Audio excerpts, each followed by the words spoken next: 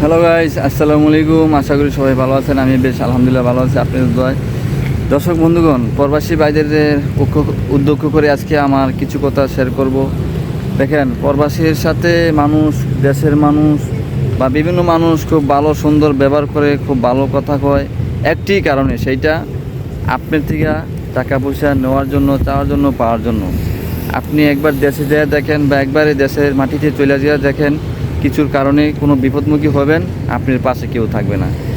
যেটা অনেক মানুষ অনেকটা সময় অনেক প্রবাসী ভাই এরকম মোকাবেলা হয়েছিল, আমাদের কাছে শেয়ার করতো বা বলতো, তখন বিশ্বাস করতাম না।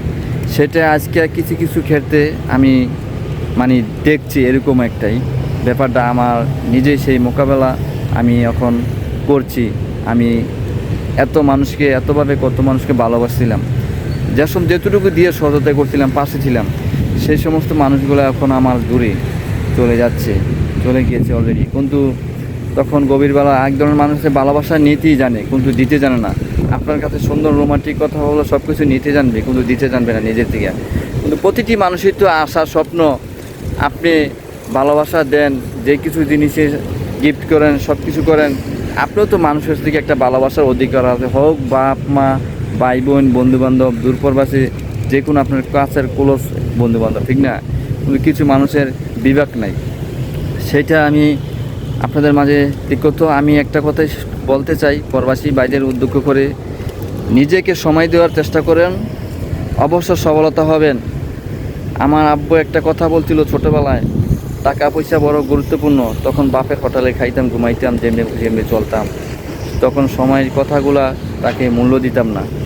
সেই কথাগুলো আজকে মনে পড়ে অনেক সময়, রাত্রে গভীরে যখন শুয়ে থাকি, মানুষের কীর্তিকারণ চরণতা দেখে চলাপড়া সব কিছু, কত মানুষকে কত সহযোগিতা করছি, সেই মানুষকে আজও হাজার হাজার টাকা পাবো মানুষের কাছে, মানুষ দূরে সরে থাকে।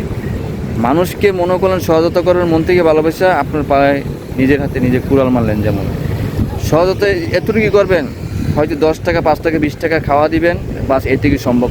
অতিরিক্ত বেশি টাকা পয়সা দিয়ে সহযোগিতা করতে যাবেন না। দেখবেন আগে বন্ধুবান্ধব 100 জনের ভিতরে তার সব তো এক না, হাতে গোনা 2-4টা খুব ভালো থাকে, এগুলো সবসময় কাছে রাখবেন। যে সমস্ত মানুষ আপনাকে মন দিয়ে দিল দিয়ে ভালোবাসবে, আপনার পাশে থাকবে, এই সমস্ত মানুষের সাথে কোনো দিন বেইমানি বাটপারি করবেন না।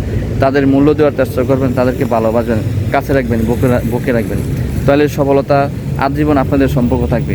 আর একটি কথা বলতে চাই, মানুষকে নিজের সময়কে মূল্য দেওয়ার শিখেন। এই মূল্য সময় কাজ করে অর্জন করে আপনি অবশ্য অনেক দ্রুত এগিয়ে যেতে পারবেন।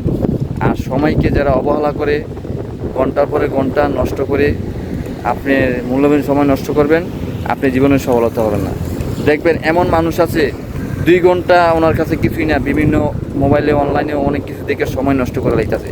এমন মানুষ আছে 2 ঘন্টায় উনি লক্ষ টাকা ইনকাম করছে, হোক অনলাইন সোশ্যাল মিডিয়া বিভিন্ন কিছু বিজনেস করছে।